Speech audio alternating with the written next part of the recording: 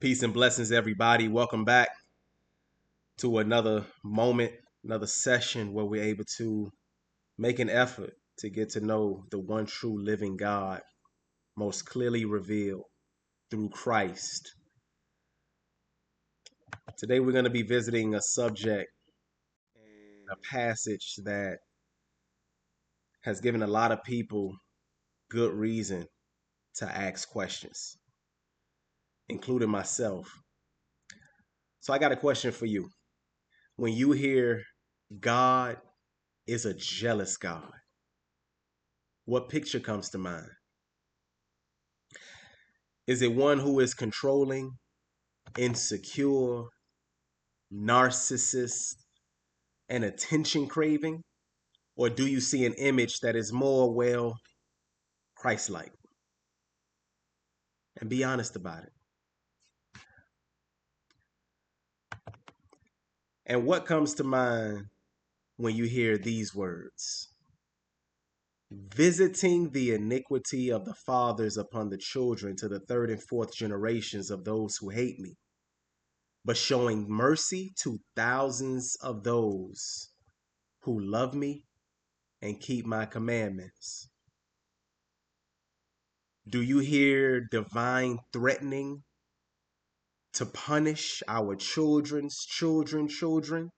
just to prove a point whenever we step outside of righteous order? Or do you think of a Christ-like father who's explaining to his children the inevitable consequences of their actions from a desire to help them avoid pain, avoid pain and misfortune? Excuse me. I'm still getting over sickness. But my question to you is, when you hear, I am a jealous God, visiting the iniquities of the children of the fathers until third and fourth generation, what type of picture of God comes to mind? Very important question, because the way we understand these passages and the way we interpret what we hear when they're referenced does shape our view of God. And if our God view isn't the Christ view, it's the wrong view. So let's continue. Through the years, I've learned to view God through the lens of Jesus the Christ, based on his own claims. Jesus says, when you see me, you see the Father. John 14. It was a challenge to the Jews that were living in the first century. And it is also a challenge to us today, because trusting in Jesus requires us to interpret the writings of the Old Testament through him. Before we proceed, let's explore the setting. The Hebrew people had been enslaved to the Egyptians, the world power of the day, for over 400 years. The hope of favorable change was bleak. They had been learning the ways of this pagan nation both directly and indirectly. They were not advancing in the knowledge and relationship of the God of their ancestors, Jehovah. It was a dark time. Yet a man named Moses was being prepared to bring about the hoped for liberation. Through him and his brother, heaven demonstrated its deep love for justice in miraculous ways, leading to the removal of the Egyptian tyrant Pharaoh. The Hebrews were a new nation of people who had lost their identity and the true knowledge of God. They, like us, needed to be re-educated of the divine way of heaven. Now, let's walk through this passage. Exodus 20 begins with, and God spoke all of these words, saying, I am the Lord your God, who brought you out of the land of Egypt, out of the house of bondage. First, I want to highlight, God is also communicating to them that he is the one who heard their prayers, who recognized the challenges that they were facing, who cared enough about intervening on their behalf to redeem them, that he chose to answer them. He's saying to them, I am identifying with your struggle. I find a lot of hope in this because it lets me know no matter what I experience, no matter what you experience, God is the one who cares enough about our experiences, our troubles, our hardships, including our joys and our successes, that he steps in to be a part of everything that involves us. He continues to introduce to the Hebrews the kingdom of heaven by pointing out how heaven operates, as well as teaching them how to remain in the liberty that he has now granted them. You shall have no other gods before me. For them to choose any of the God views that the Egyptians had, that any of the Babylonians around them had, or any of the other nations had, will be a step backwards after coming in contact with such a God as himself. He goes on to say, you shall not make for yourself a carved image, anything anything that is in heaven above, or that is in the earth beneath, or that is in the water under the earth. You shall not bow down to them nor serve them. So now he's telling them, I'm introducing you to the creator of the world, the creator of the universe, the galaxies. You are not advantaged or going to preserve your liberty of mind, body, and spirit by choosing to return to a state where you think it's sensible to worship created things. I'm introducing you to the creator. Why would you choose to worship created things? That's a step backwards. But then he goes on to say, for I, the Lord your God, am a jealous God, visiting the iniquity of the fathers upon the children to the third and fourth generations of those who hate me, but showing mercy to thousands, to those who love me and keep my commandments. Now to the Hebrews, jealous was better understood as zealous protector of a relationship, passionately committed, intolerant of betrayal, especially covenant betrayal. In that culture, covenant was the focus, not competition. Ancient Israelites thought in terms of covenant relationships, not individual self-expression. God wasn't one option among many. He was their covenant partner, like a husband to a wife.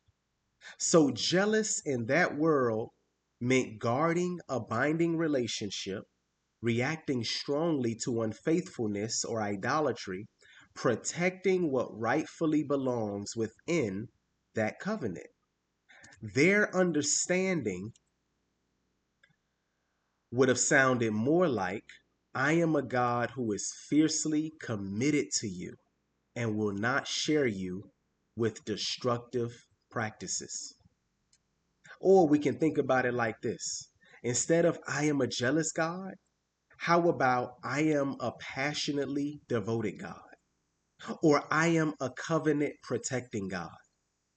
Or I will not tolerate divided loyalty because it harms you and our relationship. The clearest demonstration of divine jealousy is the selfless sacrifice of the Son of God. In light of that, how about we phrase it this way? I am so passionately devoted and covenant protecting that I am willing to abandon the environment of heaven to deploy to the sin-infected earth to personally reveal the culture and mastermind of heaven and refuse to resist being murdered when my life is threatened because of how much I value my creation. Does it paint a different picture or a clearer picture of the words, I am a jealous God? Now let's move on to the next portion of this verse. Visiting the iniquities of the fathers upon the children to the third and fourth generations of those who hate me, but showing mercy to thousands to those who love me and keep my commandments. Again, what picture comes to mind? I got a better question. How do you think this consequence is carried out?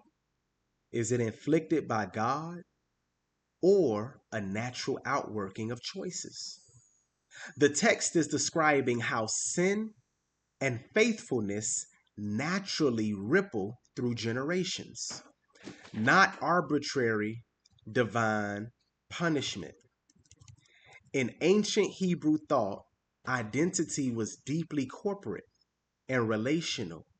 Families weren't just connected biologically, but morally, socially, and spiritually. So when the text says visiting the iniquity, it's not about God zapping future generations. It's about God allowing the consequences of a broken pattern to continue when it is repeated. So judgment continues if the pattern continues. Mercy, which is compassion that moves toward us in our time of need, flows to those who break the pattern and love God. The emphasis here is trajectory. And see, for me, I love understanding psychology and how the mind works to help me comprehend what scripture is teaching about our moral conduct and how it affects us both now and in the future, as well as how it affects others. So I'm happy that I was able to find what I'm sharing with you right now. Check this out. Did you know that children tend to inherit coping mechanisms, emotional responses, and values and beliefs? For example, anger, addiction, or neglect often replicate across generations. But so do discipline, faith, and resilience. So it doesn't only work in the negative, it also works in the positive. But let's continue. Have you ever heard of epigenetics? Epigenetics shows that environmental stress, trauma, and habits can influence how genes are expressed. Some of those changes can persist across generations. For example, researchers have observed descendants of famine survivors showing altered stress responses and trauma affecting cortisol regulation in children and grandchildren. This doesn't mean guilt is transferred, it means impact is transferred. Families pass down socioeconomic conditions, education levels, relational stability or dysfunction. So iniquity can echo through poverty cycles, violence, and even broken family structures. Again, this isn't imposed punishment coming from God. This is compounding consequences. Make sense? Before we enter the parking lot, let's try to answer this question. Why third and fourth generation? You see, in the ancient world, that was basically the full visible extent of a family line. But then comes the contrast. Notice this. Thousands or thousands upon thousands of generations of mercy. So this actually is showing that God is communicating that despite the worst consequences, where sin, negative behaviors, and patterns can show up to third and fourth generations later, his mercy, his ability to restore, to heal, to fix what is broken can show up upon thousands and thousands, so many more, and so far more. So God's ability to heal far outweighs sin's ability to destroy. Here's the bridge between the Bible and science. The Bible describes moral cause and effect across generations. Science describes biological, psychological, and social transmission. They're talking about the same observable reality from different angles. Here's my closing summary. I am a jealous God, meaning I am passionately devoted, covenant protecting, and will not passively watch you harm yourself by accepting advances from false gods. Perfect example, Jesus, the Son of God, choosing to be born of a virgin here on planet Earth, experiencing humiliation, poverty, stress, and so much other hardship on this earth, even up to laying down his life and being sacrificed by humans that he came to help, being murdered by humans that he came to help, versus defending himself.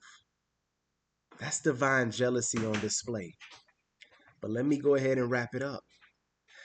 Visiting iniquity, meaning consequences ripple forward. To those who hate me, has to do with patterns that continue, and showing mercy, patterns that are broken and redirected into the pathway of righteousness. Now, as we conclude, does that make sense? I hope it does. Peace.